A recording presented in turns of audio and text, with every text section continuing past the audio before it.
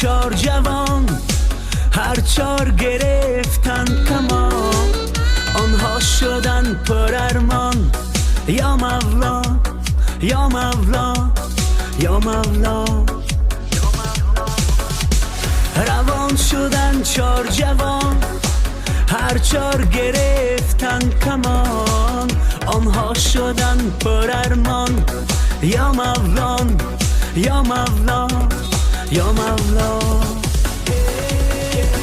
نای نای نا نا نا نای نا نای نا نای نای نا نا نا نای نا نای نا نای نای نا نا نا نای نا نای نا نای نای نا نا نا نای نا نا نا نا. نای نای نا نا نا نای نا نای نا نای نای نا نا نا نای نا نای نا نای نای نا نا نا نای نا نای نا نای نای نا نا نا نای نا نا نا نا.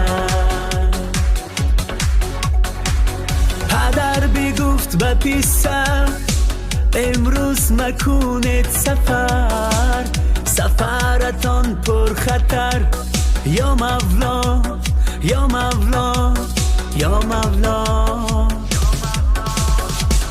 مادر گفتا بچه ما اصلا نیستم من ریزا، رفت توکل بر خدا. یا مولا یا مولا یا مولا.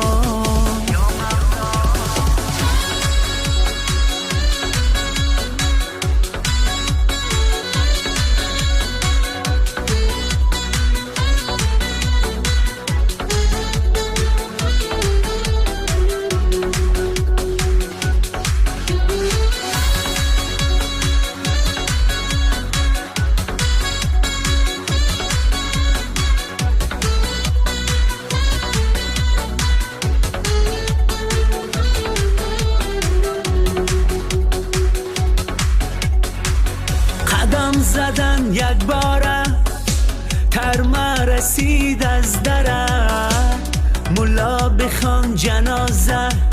یا مولا یا مولا یا مولا.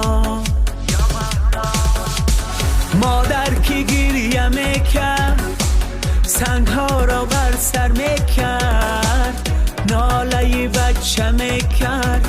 یا مولا یا مولا یا مولا.